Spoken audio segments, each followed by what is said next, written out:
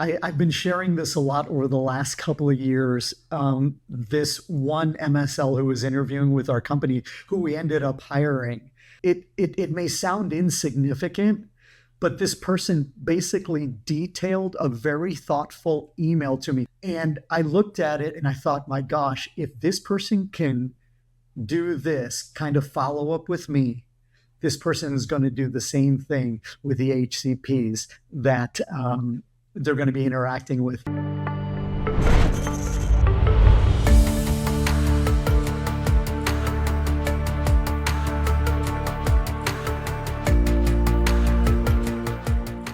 Hello and welcome to the Pharmaverse Podcast, powered by Inside MSL. I'm your host, Michael Pietrack, and whether you're in field medical affairs now or aspiring to do so, you're in the right place, because our content is built to help you upskill your MSL practice, sharpen your understanding of the industry, and break in or move up in your career.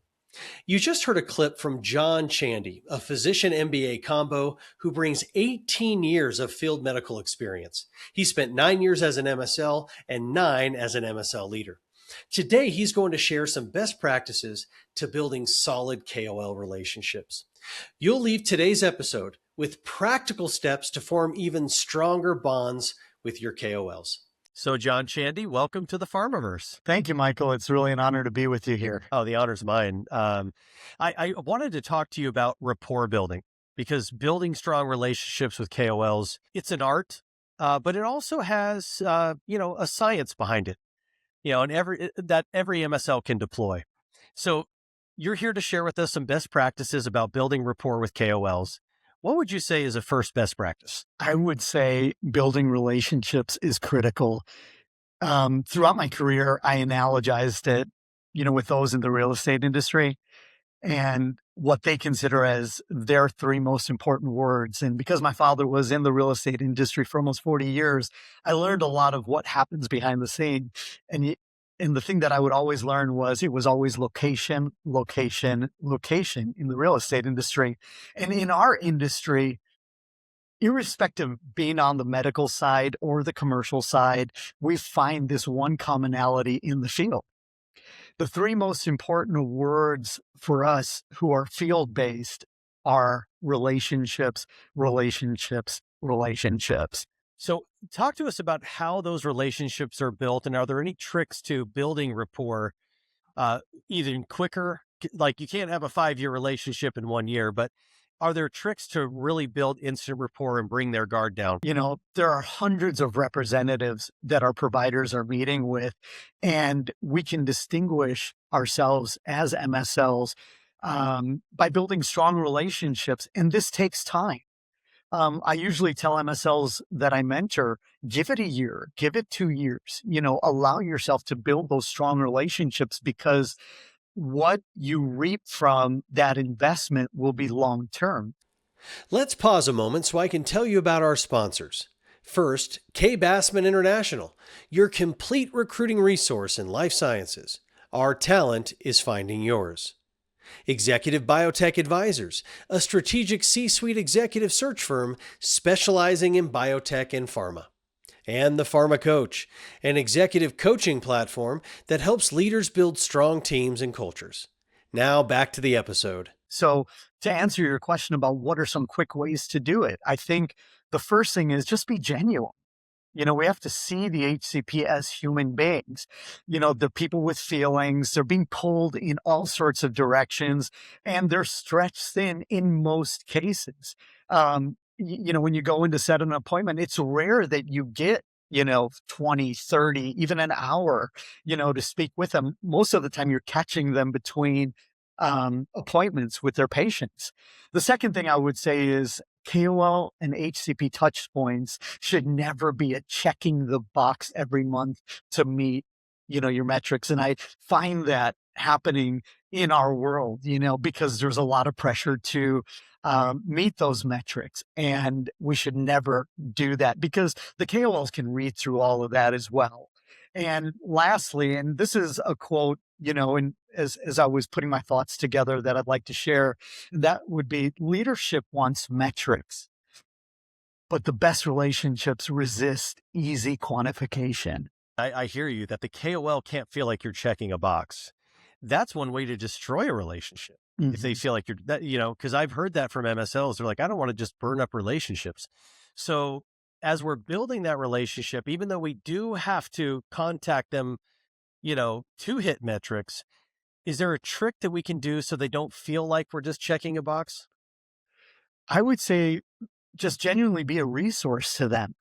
You're not pestering them just to check the box, but that you're coming in, be it the data. But again, caveat there, we don't want to be dumping the data all the time.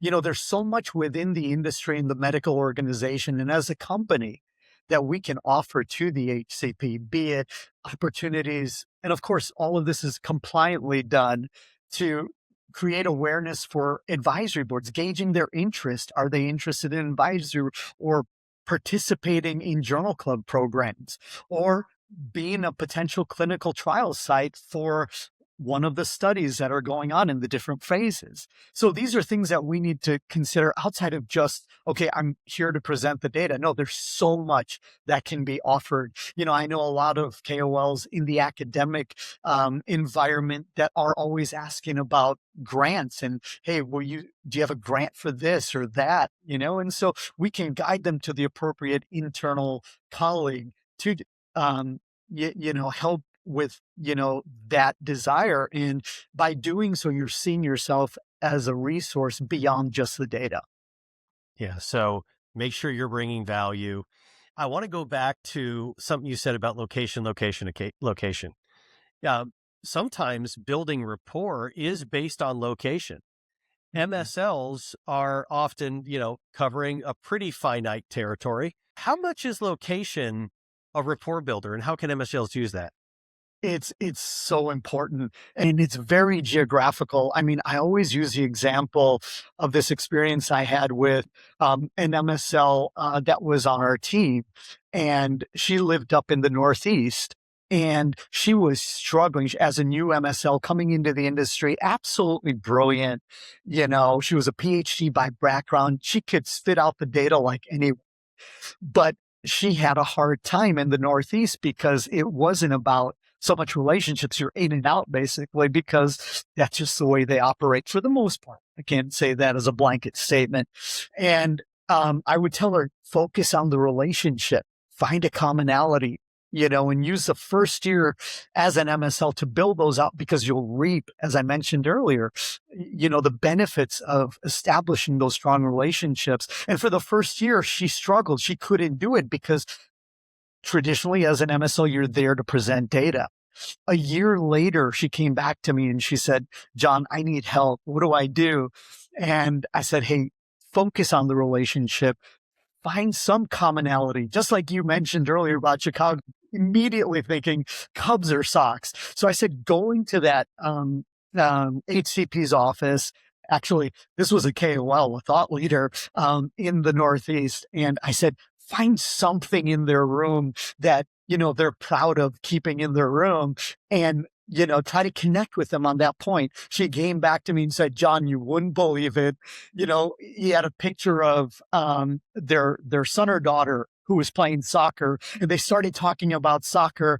And subsequently, long story short, they hit it off. They connected on that one common theme, and that established a relationship where now she could present the data and that KOL's guard was brought down. And it was such a free flow after that. Yeah, brilliant. Great example. Thanks for sharing it. In today's world with AI, let's say you're meeting a KOL for the first time, or maybe you've never been in their office. You've only seen them in the hallway. Can AI help us find like some of the things that maybe they like outside of clinical practice that we can try to build rapport on there? Have you seen that work? There's so much that AI can do, but we also have to have the caveat that it can make mistakes. So we want to make sure that if you're looking up, for instance, John Smith, that you got the right John Smith, because there are plenty of physicians with similar names. So make sure you do your homework. But yes, absolutely, tap into ChatGPT. Claude is another one that I use frequently. And I also use Gemini. I compare all three essentially, to see what kind of information we can pull, but I would definitely use that to not only look up the research, which most MSLs fail to do, and, do your homework, look them up. You can find a lot of things in that online stratosphere that will help you as you go in. And then on top of that, not just AI, but use your colleagues, your internal colleagues, like your commercial colleagues to help you get a background because they know them probably a lot better than we do. It's true. Those are all great tips because I was thinking the same thing. If nothing else, you can say, hey, I read your article on X, and everybody's proud of their own work, so yeah, I really liked your point about here, and then all of a sudden that's a rapport builder. Yes, I totally agree because anything that makes them look good and that you're noting, that's a feather in your cap for doing so. So a lot of the people that are going to be watching this are aspiring MSLs. I'm sure some, current MSLs will be watching too, but let's put your hiring manager hat on here. You're talking to a candidate who's never been an MSL before. How much are you cluing in on how much their rapport they're building with you as the hiring manager to assess whether they're going to be able to do that with KOLs? Absolutely. I very much look at that rapport building with me. And it's interesting, when those resumes come through, you're looking at like some brilliant people on paper. But then when you're going through the interview process, you're able to assess, hey, are they going to be able to do this job? And so that's very critical about rapport building with the potential hiring manager that they're interviewing with and putting their best foot forward. I think it's so critical and it's so important that they, and it's funny, during the hiring season, Michael, I'll see my LinkedIn profile get hit left and right, and the number of people that are doing their homework on me as much as I'm doing my homework on them. So I think a lot of aspiring MSLs are doing their homework. It's how they present themselves during the interview. So let's keep diving deeper on this because I think this is a valuable thing. Are there things that it's like too much? Do you have any examples of somebody that really did a nice job in building rapport with you? I've been sharing this a lot over the last couple of years. This one MSL who was interviewing with our company, who we ended up hiring, they did such an amazing job during the interview, and it came down to two candidates that we were looking to hire. But the one thing that made the final decision for me was not just how awesome these two candidates were, but the one thing that the one candidate did that the other didn't do, and it was the follow through. And they wrote a follow-up email to me, and I'll tell you, it may sound insignificant, but this person basically detailed a very thoughtful email to me. I know a lot of people send the usual canned 3-4-liner, thank you for the opportunity to interview. I'm very interested, yada, yada, yada. And it was canned. But this person took a couple of paragraphs and highlighted various points from our conversation, including, I remember one point on something that was of very much interest to me that they researched. They brought up some really neat points about it. And I looked at it and I thought, my gosh, if this person can do this kind of follow up with me, this person is going to do the same thing with the HCPs that they're going to be interacting with. And that was a deciding factor. And we made the offer to this person. That's incredible. I'm so glad you shared that story because that is a point in the process that people overlook. It's also a point in the process people outsource to AI, which I think at times is a mistake. But I got to think with a KOL, if you don't have follow through, if you don't do what you said you were going to do, that damages the relationship. But are there any other fatal mistakes that MSLs do besides the obvious that damage rapport, even though they don't even know it's happening, like erodes it? I think that's a fantastic question that really needs to be highlighted. And I want to be respectful of time here. It's when an MSL pretends to know the answer to a question when they really don't. And this is such a mistake, and it's something that, during onboarding processes, we try to teach the MSL is like, if you don't know the answer, just be honest and say, you know what, that's a great question. I don't know, but I would be happy to look into it and follow up with you as soon as I can. It could also mean that you pull in maybe a medical director that could, shed some more light on it, or it could be a paper that's been approved internally for utilization that you're able to then disseminate that information to that HCP, but just being honest. And when you're honest, I think an HCP would rather appreciate your honesty than saying, I don't know. And then, it'd be the wrong data that you shared, and that'll bite you more than just saying, I don't know. Yeah, it's a credibility hit because they're like, well, how can I trust anything else they're saying if I caught them in this little, not white lie, but if they're not telling me the whole truth on this, or they don't really know what they're saying here, how can I respect anything else they've said? So any other tips and tricks for people watching about how to build rapport with KOLs? I think one of the key things, that's important to the business is insights, and we like to quantify, by putting metrics with MSLs, meeting their numbers every month. But what I want to address here is the fact that this is not so much a practice, but it's a mechanism. The relationship is the data gathering mechanism. And I like to look at it this way. Surface level relationships will get you surface level answers. Deep relationships will get you the unfiltered version. So as a hiring manager, if you're seeing an MSL that's bringing back really good insights, like juicy insights, that tells you immediately that they're building deep relationships? I would think so. They're asking the right questions. They've got emotional intelligence. They're figuring things out on the fly, but also learning from mistakes. And I'll tell you, it shows me that their future is bright. Any other tips and tricks about building rapport? I would highlight the fact that, and especially for early MSLs, the importance of listening twice as much as speaking. And my dad would always tell me growing up, we've got 2 ears and 1 mouth. That means you need to just listen twice as much. And I think when you listen and then you do something with what you've heard, for instance, like bringing back a relevant paper or bringing in the right internal team member, to further that relationship, the KOL then looks back at it and says, you know what, my input actually mattered.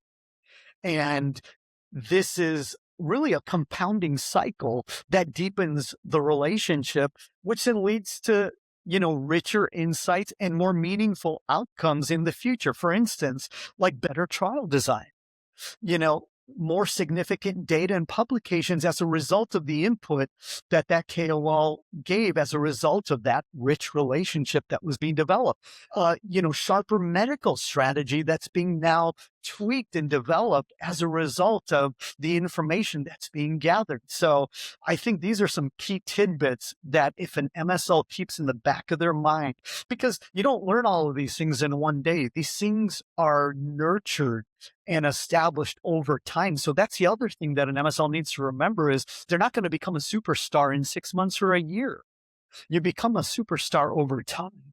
And so taking some of these golden nuggets and applying it daily. And it's okay to mess up. If you have a good manager, that manager will pick you right back up and keep pushing you forward. Well, John, I got to say, these have been super valuable insights for both current and aspiring MSLs. And I want to thank you for being a guest on the Pharmaverse. Thank you, Michael. It's been an honor, and I've really enjoyed our time together. Well, that ends another episode of the Pharmaverse Podcast. We have many great MSL leaders lined up for you, so make sure you subscribe to the channel so you don't miss a single career-enhancing insight. And I love to read your comments. But for now, that's a wrap. See you next time on the Pharmaverse.